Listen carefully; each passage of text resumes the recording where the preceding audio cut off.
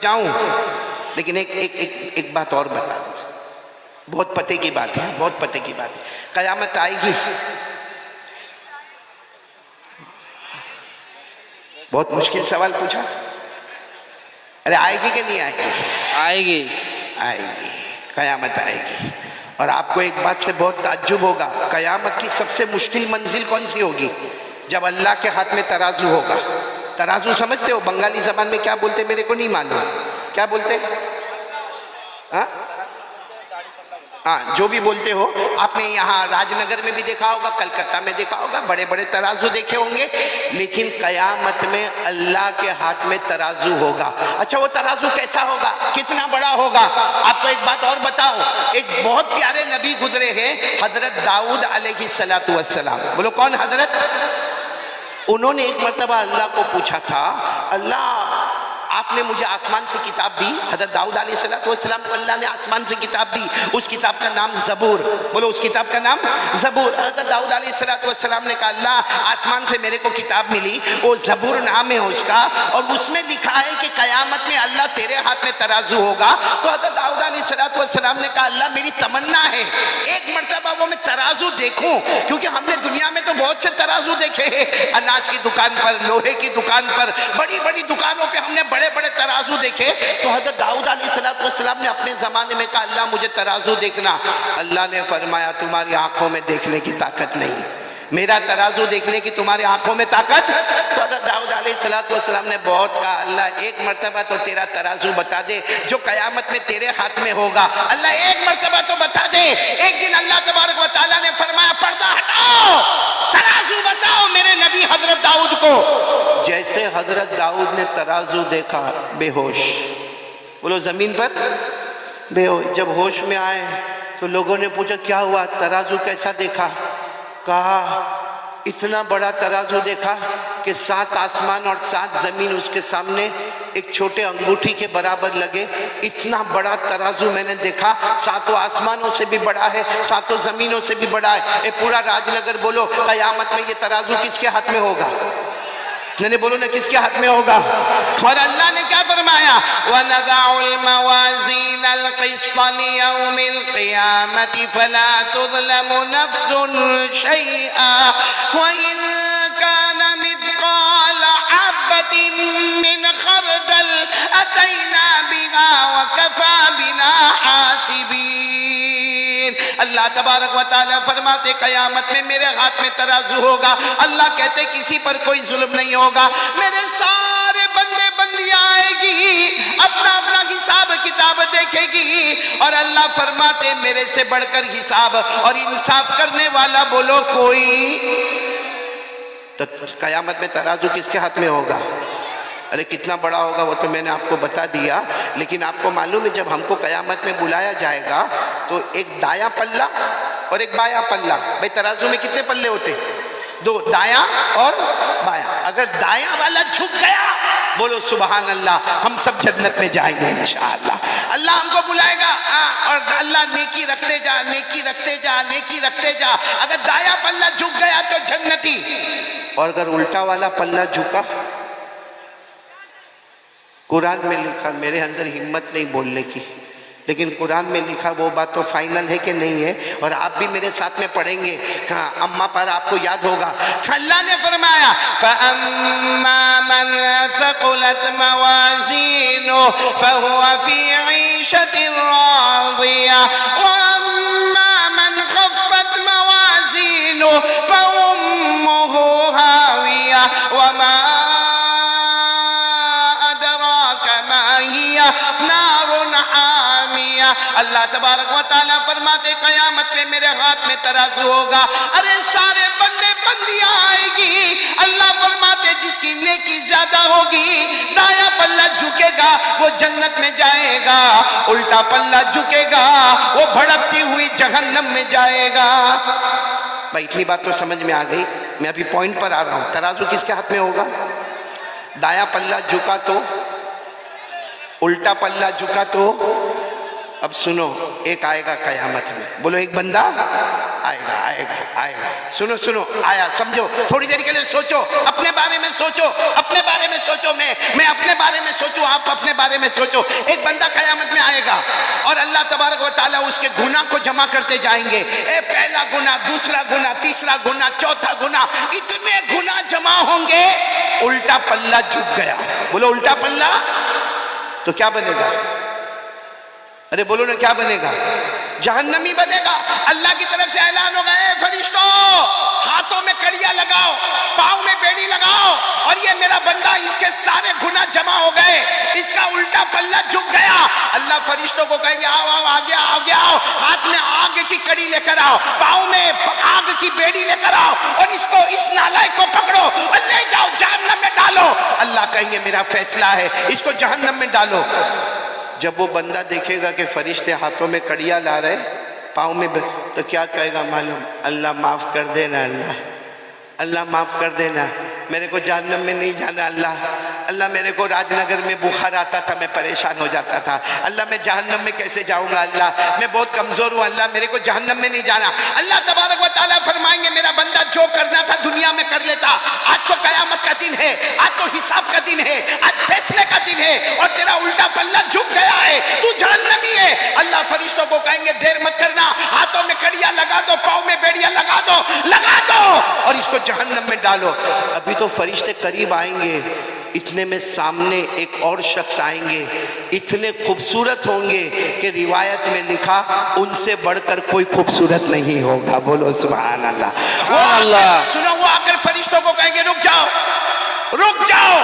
وہ فرشتے رک جائیں گے، وہ آئیں گے اور اپنے کپڑے میں سے ایک چمڑے کا ٹکڑا نکالیں گے، ایک چمڑے کا ٹکڑا نکالیں گے اور اس کے نیکی کے پلے میں رکھیں گے. چھوٹا سا چمڑے کا ٹکڑا ہوگا، وہ نکالیں گے، اس کے نیکی کے پلے میں رکھیں گے.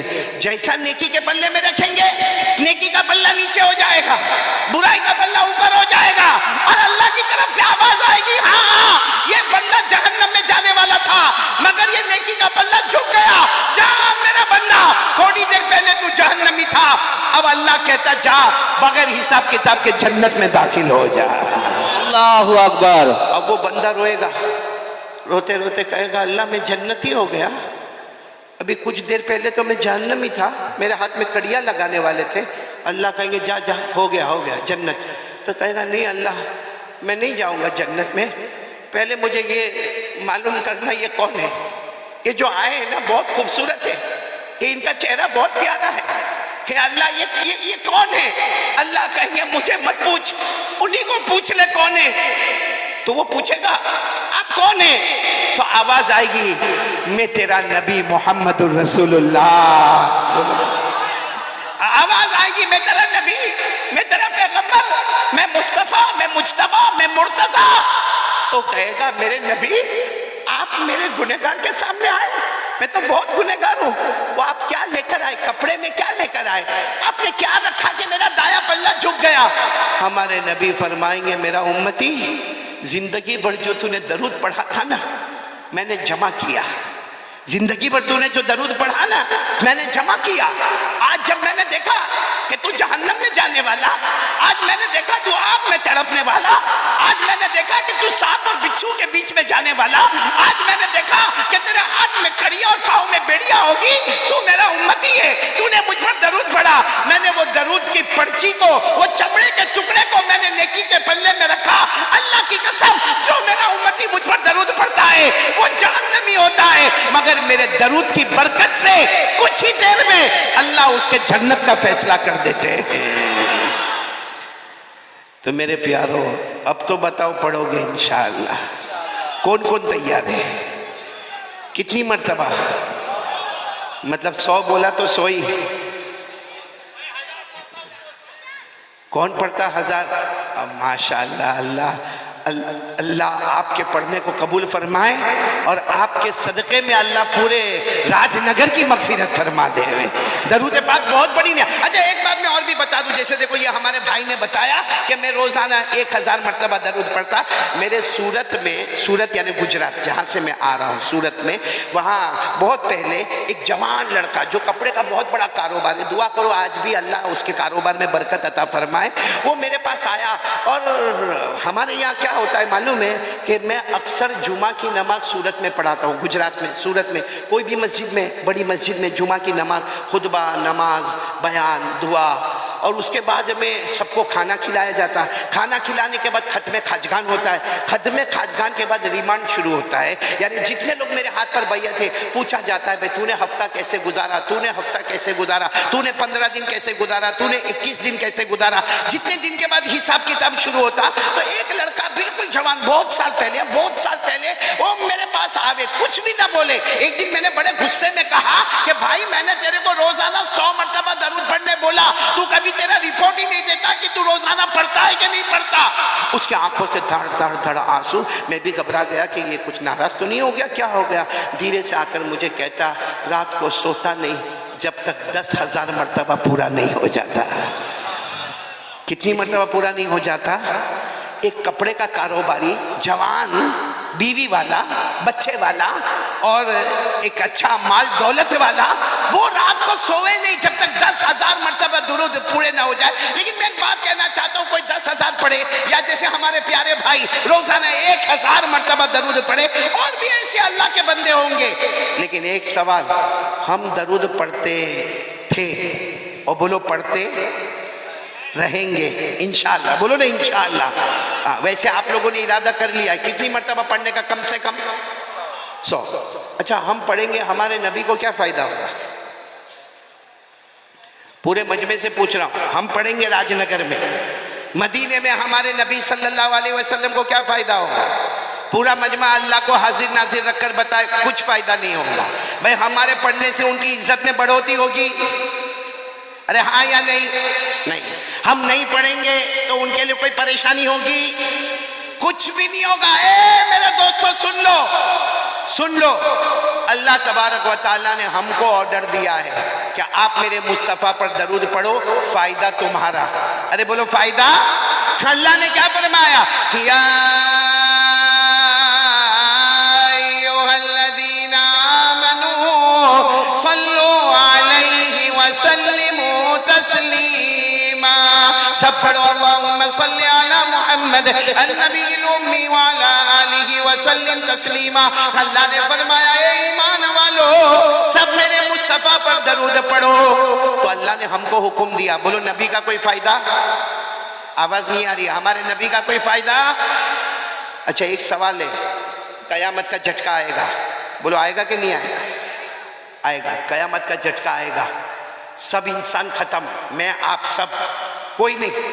زمین پر نہ کوئی انسان, نہ کوئی جنات, نہ کوئی چرندہ, نہ کوئی درندہ, نہ کوئی پرندہ, نہ کوئی کیڑا مکوڑا, نہ کوئی سمندر میں مچھلی. ایک قیامت کا جھٹکا آئے گا. جیسے چراغ بجھ جاتا ہے ویسے ہم سب بھی بولو بجھ جائیں گے. یہ سورہ یاسین میں لکھا, سورہ یاسین میں, سورہ یاسین تو یاد ہوگی, میرے ساتھ میں پڑھو. اللہ نے فرمایا ان کانت الا صیحۃ واحدہ فاذا هم خامدون یا حسرۃ علی العباد. اللہ تبارک و تعالیٰ فرماتے قیامت کا ایک جھٹکا آئے گا, جیسے چراغ بجھ جاتا ہے سارے لوگ زمین پر بجھ جائیں گے. میرے راج نگر والوں سوال ہوتا ہے کہ جب سب بجھ جائیں گے تو پھر ہمارے مصطفیٰ پر درود کون پڑھے گا؟ کوئی انسان بھی نہیں, جنات بھی نہیں, چرندے بھی نہیں, درندے بھی نہیں, پرندے بھی نہیں, تو ہمارے نبی پر درود کون پڑھے گا؟ اللہ تبارک و تعالیٰ جواب دیتے میرا بندہ تو فکر مت کر, میرے فرشتے مصطفیٰ پر درود پڑھتے رہیں گے. بولو سبحان اللہ. کون درود پڑھتے رہیں گے؟ پھر ایک سوال ہوتا ہے کہ قیامت کا دوسرا جھٹکا آئے گا, فرشتے بھی نہیں. ارے بولو فرشتے بھی نہیں. قرآن کریم میں فرمایا لا الہ الا ہو کل شیء ہالک الا وجہہ لہ الحکم والیہ ترجعون.